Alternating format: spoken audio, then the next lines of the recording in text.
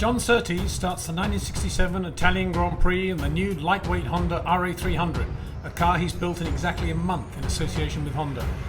The crowd craves a Ferrari victory, but the driver who's walked away from Maranello the year before, mid-season, is now working his way through the field after a tetchy qualifying.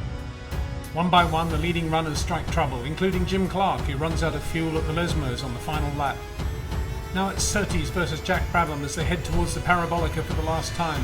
There's oil on the inside of the corner, and John, leading, stays to the outside and brakes as late as humanly possible, inviting Jack to take the inside. The Australian slides luridly, and John wins the drag race to the flag by half a car's length. Honda, led by Yoshio Nakamura on the pit wall, and all of Japan go wild. It's now the following winter, and John is testing at Suzuka, Honda's own circuit. BP have pulled out, so new shell logos adorn the RA300. Otherwise, it's pretty much the Italian GP winning trim, complete with number 14. The RA300 is a much modified Lola Indy car, 103 kilos lighter than the RA273. The older car had 6 fuel tanks and 6 pumps for its 48 gallons of fuel. The Hondola, as it was known, had 3 tanks and 1 pump for its 44 gallons. Work had begun at the Lola factory at Slough in England on August 6, and the car was ready exactly 30 days later. So given the time frame at which it was built, the RA300 was nothing less than an engineering masterpiece. Now it's time to run 2 new Hondas for 1968, starting with a full-length monocoque version of the Hondola called the RA301. It's a good car, a quick car, but as the season unfolds, it will suffer a series of mechanical failures, notably at Monaco, where John could have won but for a gearbox problem, and Spa, where he lost a big lead due to a rear suspension fracture. The Japanese company has corporately decided to place much more emphasis and investment on the road car division. This is of course devastating for John. He's obliged to switch to BRM for 1969 before starting his own Formula One team in 1970. With Lola's Len Terry in the pit lane, John looks to be very quick around the Suzuka lap, a circuit which by now he knows extremely well. It all came to a head at the French Grand Prix, for which Honda were determined to enter their factory-designed and built RA302 air-cooled V8 car with magnesium monocoque chassis. John can be seen here testing the different-looking 302 on what appears to be a very hot day in Japan. And if we could lip-read what he's saying to the engineers, it would probably be along the lines of, "This car isn't ready to race. It needs much more development." Despite the difficulties with the car, John is really pushing the car hard in these first exploratory Suzuka laps.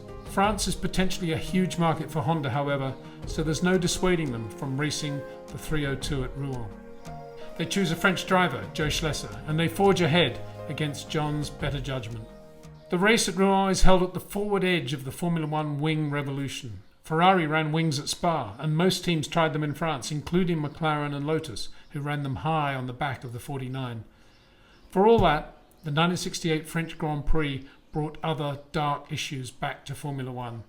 The track was dry as Rindt, Stewart and Ickx roared away from the line, off towards the ultra-quick downhill S's in the first sector of the lap.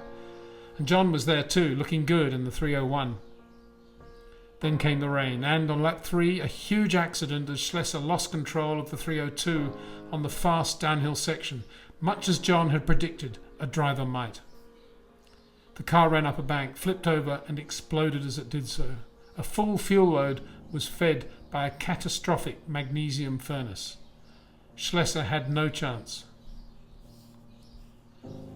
But the race went on as they did back then, and John was magnificent in the 301, racing Ickx and Stewart in the blinding rain until eventually he was forced to stop to change his goggles.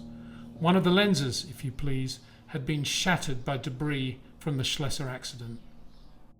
John recovered to finish a brilliant and emotional second to Jackie Ickx's Ferrari. It was, by any standard, one of Surtees' greatest drives. I think a fitting closing after that is an extract from this great book, 6 Days in August, Michael Cooper Evans, who was a good friend of John Surtees. It's a book, I love books like this. It's just about the 67 German Grand Prix. Begins on the Wednesday or Thursday before the race, right through to the Sunday night. And of course it was the last race John was to do in that big, heavy RA273 Honda. Anyway, there are lots of lovely little bits in it, but I like this little cameo that it describes John having dinner on the Saturday night before the German Grand Prix. He's in the Sport Hotel restaurant. As he'd been eating dinner on the previous evening in a restaurant, almost totally empty. But then Michael Cooper Evans makes the point that Surtees was an exceptionally polite man. Tomorrow, he says, and by that he means race day in Nürburgring, someone in the crowd would lift a rope in the paddock for John to pass. Before ducking beneath it, he would seek out a face almost anonymous in a sea of other faces and smile his thanks in that direction. In these and other ways, Surtees combines a curious mixture of attitudes. On the one hand, in his private life, he's conservative, almost reactionary, in wishing to preserve old objects, old habits, old values. In his professional life, on the other hand, he's a radical, an iconoclast, never satisfied with what he has, constantly seeking new ways of doing things better.